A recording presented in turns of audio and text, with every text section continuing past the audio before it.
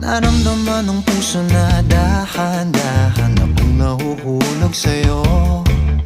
Sa kada araw natin na pag-uusap, meron nang namumuo